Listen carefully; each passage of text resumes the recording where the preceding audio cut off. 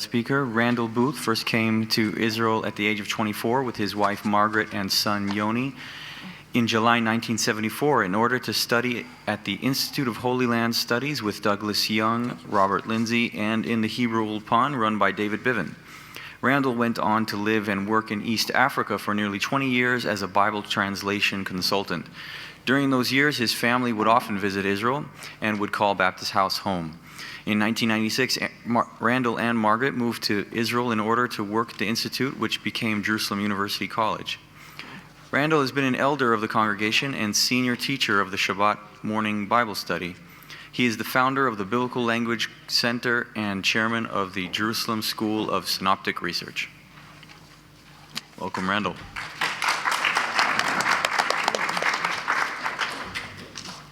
By that clock, do I have like until, will you give me till 12:35 on that clock?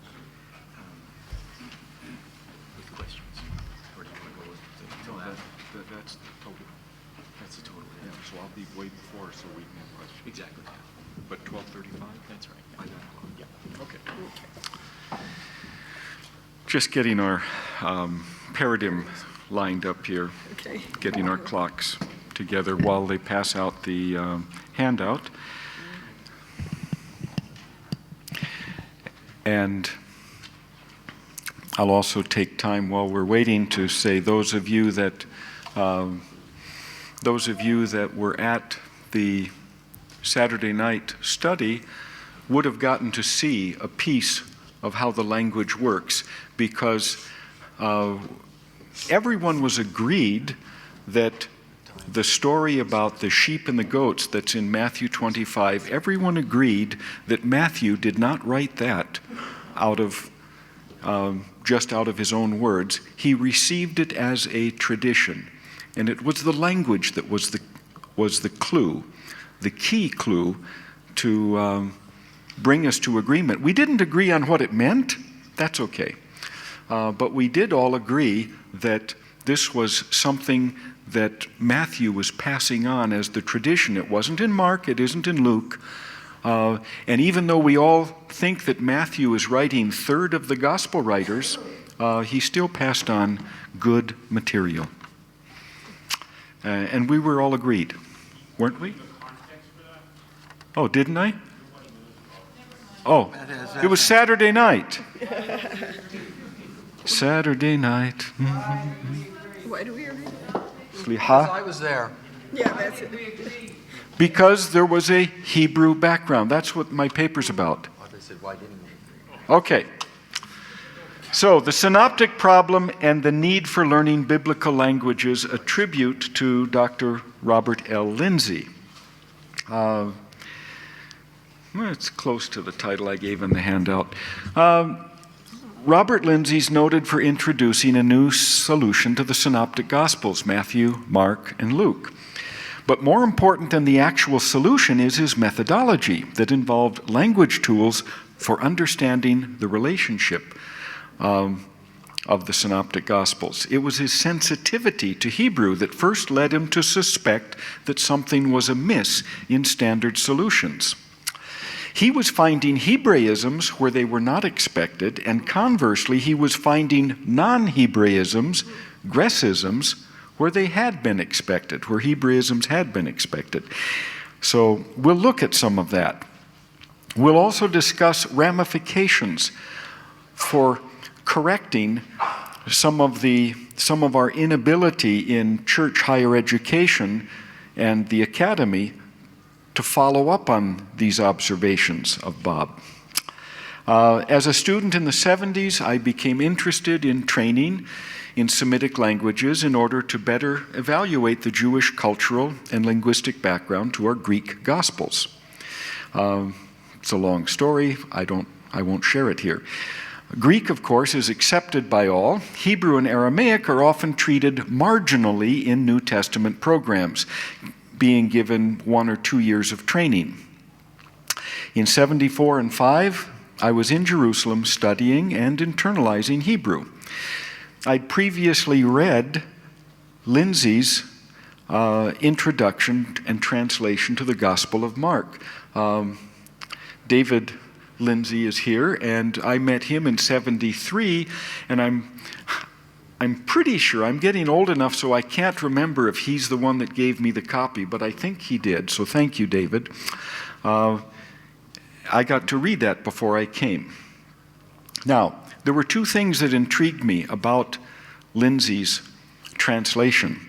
Well, first of all, it was a new reading of the Synoptic Gospels where he ended up putting Luke first. Now, that's intriguing. There was a second intriguing point, and he claimed that knowing Hebrew was a key to unlocking the Synoptic Gospels. That really got my attention. I mean, I was a good Aramaicist. I knew that Jesus taught in Aramaic. But he's claiming Hebrew will be the key, and he's also claiming that in a sense, the access to modern Hebrew was something that was new, and that really was new. He came in 39. I was coming in 74. The resurrection of the state of Israel really has opened up the door to Christian scholarship. If you take a long view of the history of the church over 2,000 years, there is something new that's been going on the last couple generations. Okay. Now, I said I came over thinking that Jesus taught in Aramaic. People that were in the land, they had a trilingual view of the language situation here. Hebrew, Aramaic, and Greek. Hebrew was the tribal language. Aramaic was the old lingua franca from the Persian Empire, and Greek was the new lingua franca that came in with Alexander. This was taken for granted here, but nowhere else in the world. If you want a nice introduction, a book that I was led to read and enjoyed, Abba ben David wrote a Lashon Mikra u Lashon Hachamim, 2-volume work, particularly pages 60 through 152 survey the relationship of Hebrew and Aramaic in the land. It shows how Hebrew was still alive, still being used. It was still the language of the Jewish people. One of the things that happened, reflected in the title of that book, is during the Second Temple time, that means from, say, the prophet Zechariah to Jesus and the Great Revolt following, Hebrew split. You had a high-level written Hebrew, you had a low-level spoken Hebrew. And when people talk about Hebrew, they usually don't get that. I meet many New Testament scholars, they say, oh, Hebrew's like Latin. And I'm going, yes, it is like Latin. What they mean is, oh, it's like Latin. Our scholars 300-400 years ago could read and write Latin. It wasn't the language of the people, and I'm saying, no, go back earlier. Hebrew is like Latin. Latin split, just like Hebrew split. You had a high Latin and a low Latin. You eventually called the Low Latin, after you give it half a millennium, it becomes Spanish, French, Italian, Catalan, if you go that way, Romance in Switzerland, Romanian in the East. It splits because the people keep speaking this language and it gradually separates. That's how you develop split languages. Hebrew was a split language during the Second Temple period. That's because it was being spoken by people. That was new for me. And I would love to spend another hour on that, but I won't.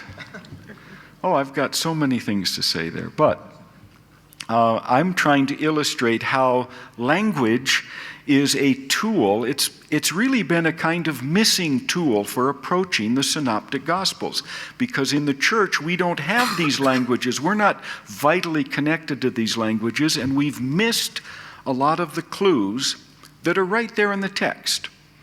but our training keeps us hovering a little bit too far away. So I'm going to illustrate that, because this is what Bob told me when I came. Why haven't people responded to I said this to Bob. Why haven't people responded to your theories and this and that? And he said, well, they don't really have the language tools to do this. And I looked at him like, what are you talking about?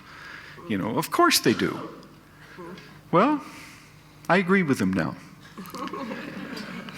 You'll see why.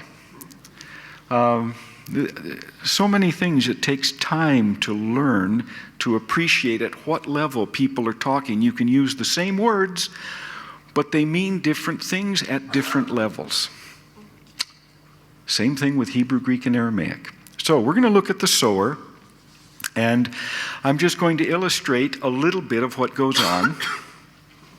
Among many, many things we could do. Oh, I'd love to talk about the resurrection and how we've got a wonderful Hebraism sitting right in the resurrection story that takes us to the Motzei Shabbat, Saturday evening resurrection. But that's published, so I don't need to do that here. So we're looking at you all have a handout, we're looking at the sower. You know the story. I'm not going to repeat it. If you're visual, you can look at the pictures all around the top of the building, which were patterned after the parable of the sower. First point in approaching a gospel parable is it needs to be repeated and emphasized that all story parables are in Hebrew. And I remember getting in a conflict within Jerusalem School because I once wrote, almost all parables are in Hebrew, and somebody said, what do you mean? They're all in Hebrew. And I went, well, yeah, but what about the matla, the little aphorisms like penny saved is a penny earned? Now that wasn't in Aramaic, but we do have some matlot, which is the Aramaic word for parable, in rabbinic literature. And so I was thinking of that. And Shmuel Safrai, when I talked to him about that, he said, but those are not story parables. That's the mashal. And I went, okay, you're right. So I now am on board 100%. All story parables, there are matlot in Aramaic, but those are not story parables. All story parables are in Hebrew. Yes. And that's important, because we're going to look at the sower. So if that's a Hebrew parable, and now we've got it in Greek, what are we going to see? Well, let's start looking. One thing as we come along, your point one there, we've got Matthew talking about the second group, and he throws the seed, epita petrode, onto the rocky soils. And Mark also has epitopetrodes, singular, onto the rocky soil. And Luke has something seemingly insipidly close, almost the same thing, epitein petron, upon the rock. Why would Luke change that if he had been copying Mark? Well, even more puzzling, if you're sensitive to the languages, you can think about how Jesus might have told this parable in Hebrew. We do not have an attested word for rocky in biblical or Mishnaic Hebrew. This is a modernism. What we have if Jesus were telling the parable, as far as we can tell, he would have said, Al Hasela. Now, I have a grandson named Sela. It's a good name. Rocky. Means, I'm sorry, it's, does it say that? Yeah, rock, bedrock. We don't have rocky. And so then the question comes up. If you look at it through traditional New Testament eyes, they say, well, Luke picks up Hebraisms because he's trying to imitate the Septuagint. But this doesn't imitate the Septuagint. There's no imitative value here for imitating the Septuagint. That doesn't explain it. And why in the world would he change it? And The only other explanation, a traditional New Testament view where Luke is using Mark could come up with, is to say, well, he accidentally stumbled on something that's the way you would have said it in Hebrew. Oh, so very good. Did Luke accidentally correct Mark into what would naturally fit Hebrew? Accidents happen. Coincidences do happen. Don't watch CSI. They say coincidences don't happen, but we all know that they do. It could happen. It could happen. So let's look and see, are there any other things that would signal whether this would have been an accident or maybe it is reflecting something where Luke is receiving the parable through a tradition that wasn't coming through Mark. Shocking. Point 2. We have a strange phrase in the explanation. Now, Mark's phrase makes good sense in Greek and in English, where the desires of the world enter in and they choke the word. This is the explanation to the third group. That makes good, and you've got the Greek there, is porevomene sympnigusin ton logon. Now, Luke has a curious phrase in his explanation about the thorny growth. It says that, oh, good, it's not me. Porevomeni sympnigunde. The people are going and getting choked. Now, Luke has changed the subject here. They're going and getting choked, and so some commentators have raised the question, where are they going? Doesn't make any sense. But little things like that you can just skip over. So, and everybody has for centuries. Where are they going? That's just filler. And they're getting choked, and that's the important thing. But as soon as you say it in Hebrew, holchim v'nehnakim, what does that mean? Well, that means they're getting choked more and more, which is exactly the way thorns are going to grow. They're going to grow up, and as they get thicker and bushier and spinier, they choke you more and more, and it's hard. It's hard to love the Lord when you've got thorns in your throat. And I gave you an example. The sea goes. Where does the sea go? Well, it gets stormier and stormier. Holech ve'so'er. Oh, thank you. Wow. Okay, point 3. We have a minor agreement between Luke and Matthew. They both start off with 100. Luke starts and ends with the 100-fold. If you read Luke, where does that send you? That sends you back to Genesis 26. That's the only place where you get 100-fold. In Hebrew, it's mea she'arim. It doesn't mean 100 gates. When they tell you mea she'arim here means 100 gates, no, it means 100 measures. That's what the biblical meaning is. It's a metaphor. It's a description of the blessing of God, and you can't hold God back. He sows the seed. Isaac was out sowing, and he received 100-fold.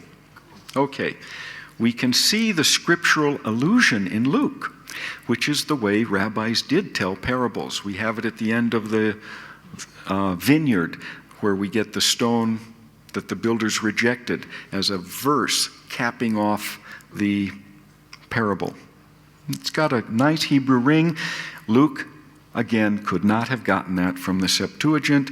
Septuagint, I've quoted, has a different Greek word from the word Luke used.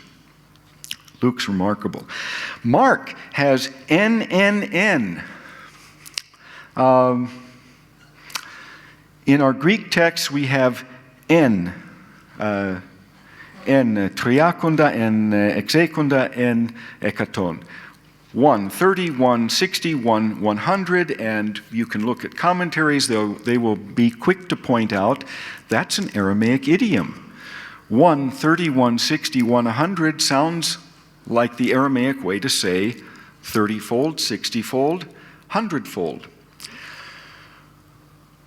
So, what's an Aramaic idiom doing in a tradition that would be going back to a Hebrew parable as far as everything we know? Well, the people that are suggesting the Aramaic idiom assume that Jesus taught in Aramaic parables.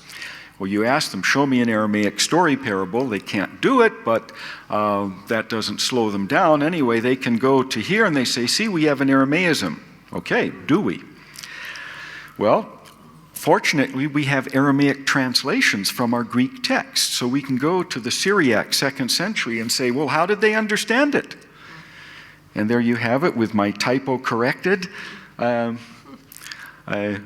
Latin, by 30, be. They have not read N as one. They have read N as in, with, be. Wow, the Aramaic translators must not have recognized Aramaic idioms. That's funny. Our majority Greek texts all say N, and they're pointed with. Like it says in there, N. If you see the big letters with the simple little squiggle, that's the one that means in. And the one with the double squiggle marks was, in archaic Greek, was hen. By 1st century, most people were just saying N. That is the text that is in the majority manuscripts that were copied by Greek speakers. The Greek speakers didn't read it as foreign either. Just for the record, it does show up 130, 160. Turns out to be a Latinism as well. Jerome put that into the Latin Vulgate. But our Greek tradition, our Aramaic tradition, reads this as be, as n, as with. So there isn't any Aramaism. And really, our Greek texts should repunctuate. Okay, more questions. We're going on to point 5, Mark 4:4. And it happened, it came to pass. Now this raises an interesting puzzle, because in rabbinic literature, all of our parables are recorded in low register Hebrew, Mishnaic Hebrew. This idiom, and it came to pass, this is a literary idiom. And it shows up in Luke, in our Gospels. It does not show up in Acts, contrary to any commentary that says it does show up there. What shows up there is not the Hebrew idiom. And we've got long articles explaining that elsewhere. Literary Hebrew. But what's literary? If the parable was taught in colloquial Hebrew, what's a literary Hebraism doing in it? The answer is, I don't know. Except from that, I assume that what our Greek texts are telling us is when they wrote these things down, they actually wrote them down in a literary Hebrew. We see the same thing today in many languages that are bifurcated, where you get 2 registers. In Arabic, they will typically take something that was spoken, and when they write it down, all of a sudden, tiara becomes ta'ira. Why? Because they're writing it. You can write Swiss German, but they tend to write the Swiss version of High German. My guess is that when they wrote these parables down, they were writing with a high-level language. We do have one example in Luke 19:15, the parable of the pounds, has one of these structures in it. We have this one in Mark. Now, did Mark see that, or did Mark add that? We can have a lively debate. We probably won't agree. But it, to me, is a real debate, and it is reflecting a real issue dealing with these Hebrew parables. Finally, point 6, misapplication of Septuagintalizing theory. people like to read Luke as if he's imitating things, so when they find the birds of heaven in the parable, they will say, Luke has taken that from the Hebrew Bible. Because it's only in Luke, it's not in Matthew and Mark. And, of course, once you see the other signals, you see non-Septuagintalisms, you see that Luke is actually trying not to imitate the Septuagint, but when he gets Hebraisms, he actually tries to smooth them out. Once you catch on to that, then the birds of the heaven looks like an original Hebraism. Finally, point 7. What does this all mean? Where does this go? Lindsey didn't just teach some of us a methodology, but maybe without knowing it, he is raising the bar. He is saying that if we, the church, want to read our texts, we have to do it with a high, sophisticated use of the biblical languages, both Greek and Hebrew and Aramaic. As you've seen right here, there is evidence that's in our text that without that control of the languages we miss. However, if you're a student and you want a high-level control of Hebrew, what Christian university anywhere in the world can you go to and you will walk out and be able to give a speech or even listen to your professor give a lecture in Hebrew? Is there any place in the world where you can do that at a Christian university? The answer, no. It's worse than that. It's not even close. It's worse than that. Most of them don't even have a Hebrew program. But those that do would never set the bar up there. Russian, German, French? Oh, absolutely. Bien sûr. Absolument. You know, of course you set the bar up there. Nobody goes into graduate school and in German, French, or Russian and can't speak the language. The professor would just say, well, go back to undergraduate school and learn the language, then we'll let you into graduate school. Okay. It doesn't exist. Kalva Homer, it doesn't exist with Greek. Greek is even more difficult because we don't have this 100% overlap with the morphology between modern Hebrew and the ancient. So, what is all of this pointing to? It says that our next generation, as we've accepted this methodology, with it comes a seed that allows us, it can germinate in us, and it allows us to see that the church needs a whole new way of training their scholars and teachers in coming generations. We need to have programs where people go in, and during that program, their professors are speaking to them in these languages, they are tracking in these languages, and when they come out, they are at home in these languages to the same level that a German professor or a Russian professor is at home with Russian. Jewish scholars set the bar there. Muslim scholars set the bar there.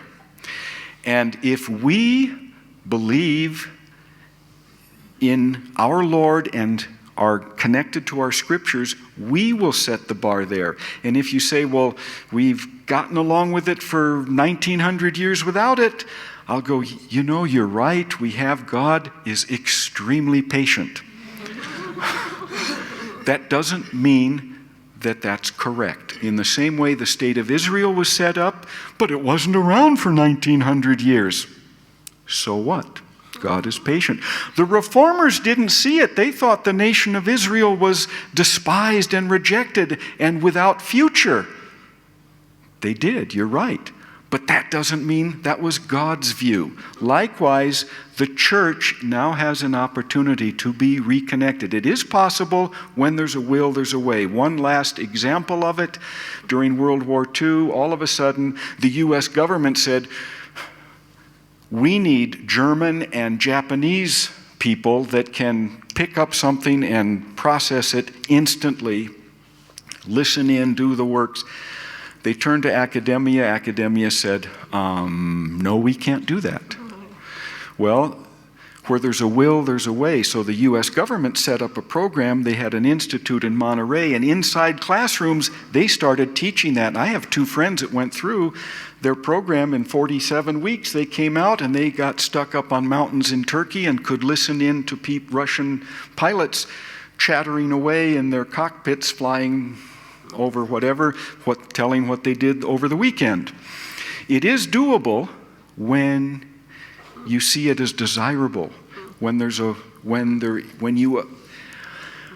appropriate the vision, we can do it. And so that seed, I think, is the natural outgrowth of the methodology that Bob was talking about. And I think he was right. Until we have people like that, we're not going to really solve or be reading the Synoptic Gospels fully. Thank you very much.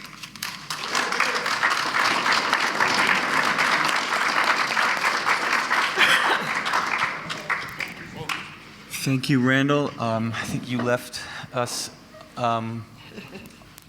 enough time for just a couple comments or questions. Do we have any? Yeah, here at the back. Yeah, what's going on?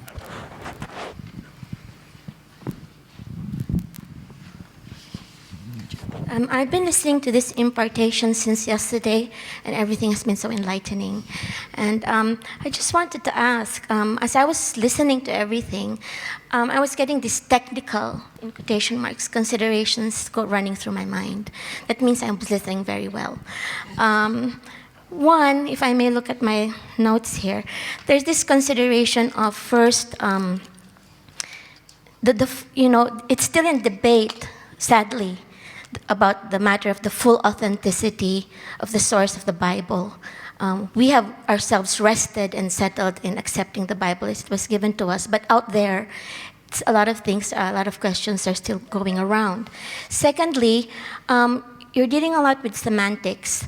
And Hebrew and Aramaic are more of like an experiential language, while Latin and Greek are more of like conceptual languages, right? So that's another technical consideration to all of this. The third is that there are dozens, if not hundreds, of Bible translations out there. And some of them even from very dubious sources and entities who have come up with these translations. So my question is, you've mentioned that there's the seed. There's a seed that started here through Bob Lindsey and others like him. There's the studies that you have done so exhaustively and continue to do. There's the programs that you're suggesting be done. And you're saying in this paper that you distributed today that there's a need for conferences and scholars to study this. I'm very interested to know, after this generation of yours has inherited this methodology from Lindsey, what exactly are the measures you're undertaking to forge forward towards implementing these corrections or these impartations, this knowledge? And my second question is, what do you think I have an idea of some of this, but I'd like to hear from you. What do you think are some of the solid detrimental effects on actual Christian lives of, this kind of lack of clarity and understanding in our actual lives as Christians, on my actual life as a Christian? What are the actual detrimental effects of the lack of such clarity? There's a big question. Those were about 4 questions. Did you? I'm going to squish this down. All right. And hit them very quickly. One of the things that happens is there's a certain brittleness that can be dissipated by an intimate knowledge of God's Word. You don't have the kind of artificial black and white, oh, it's this or it's that. People go to college and they talk about their faith becomes a wreck because they go in with some kind of brittle view. We heard about a brittle Word of God. I get questions all the time, I want the right translation, whereas in fact, people should see that you have a source text and you have translations. And that's a very natural view, and it's one that is often missing in churches. because they're not aware of this. Who Jesus is becomes clearer. So that's a step of faith in the right direction. What have we been doing? We have been failing for many reasons to build and implement what I've just talked about. So I confess my sin. I have not built the thing that I see we need. But language is a team sport, so it's a collective failure with all of you. And all of the church institutions that we all belong to. It's a great, big, huge collective failure. And what are we doing? We are speaking out. And we are starting to get small little listenings. People come up to me at these scholarly conferences and say, you know, you've been saying this for 10 years. You're on the right track, but you're on the other side of a chasm. I don't know how to cross the chasm. That's encouraging to hear, because 10 years ago I didn't hear that. So we're raising the question, we're looking for the right constellation of people to come together to start building these things. They are buildable, but it's going to take commitment and vision, and then it will happen. And it will happen, not in my generation per se, because I've got gray hair, but it'll happen in my daughter's generation. It is happening.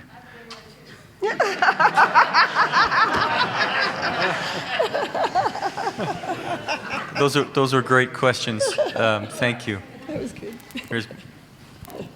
Mine's a real simple question.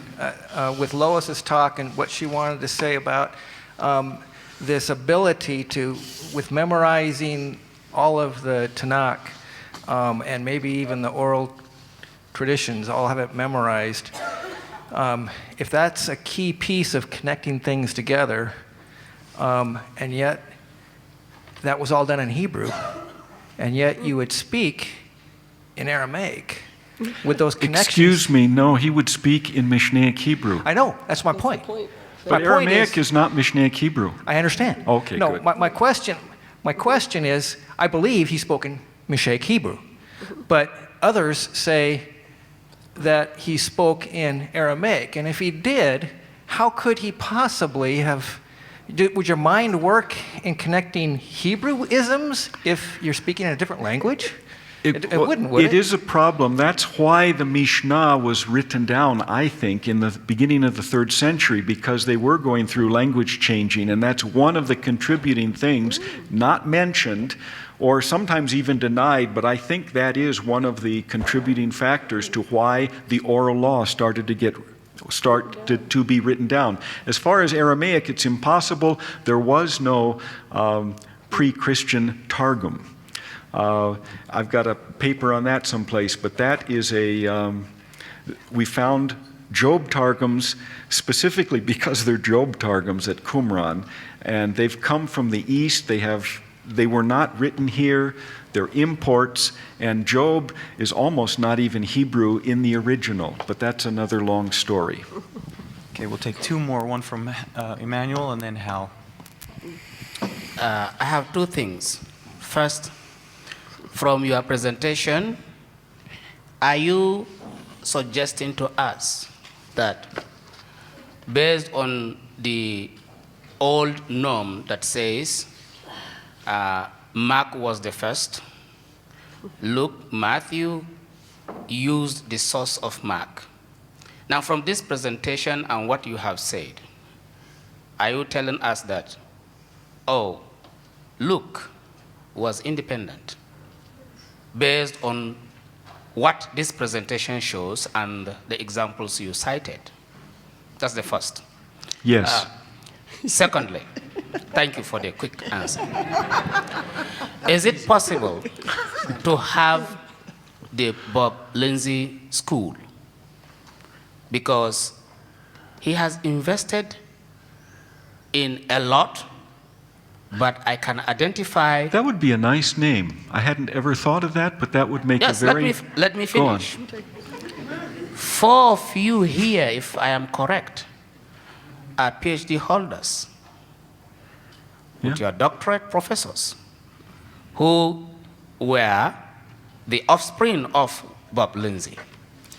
Is it possible to have Bob Lindsey School where these 4 heads will be put together and invest in others? For example, I came in here to study at the Hebrew University. But it's very difficult for me, with my Christian background, to connect these links until when I came across you in particular. The rest, I have not met them. But through you, I can see the clear connection between my Tanakh and what we call the Brit Hadashah now. I can see that connection very clear. If we can have the Bob Lindsey School, then that connection will be very good so that you will not go home without having your offsprings the continuation of Bob Lindsey School. Thank you. Okay. There was a question in there, and the answer is it will take more than 4 teachers.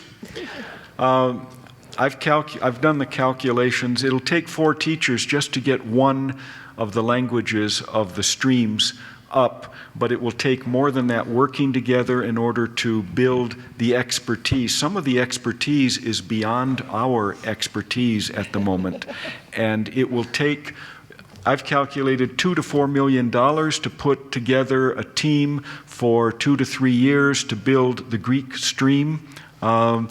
Anybody that happens to know someone that would like to build the Greek stream, only 2 to 4 million. That, as one person, I told that to somebody, he said, that's chump change. I went, yes. So that's all it would take, but schools are beyond that even. It would take more than that. Okay, let's go to Hal real quickly. And Steve, we won't steal from your time. We'll just push it. We'll push into lunch's time. This just ties in perfectly because Randall and I have both been, just in this last month, in contact with people who come from a very different background than we do. Randall has been known to say, I see financial disaster as a wall in front of me, but thank God as I approach it, it recedes. So he's an amazing survivor. But these fellows come in and say, what's wrong with your programs is that you're limited so few people. Like we're training 8 translators every spring, and we're thinking in a couple of years doubling. They say 8 should be 80, 200.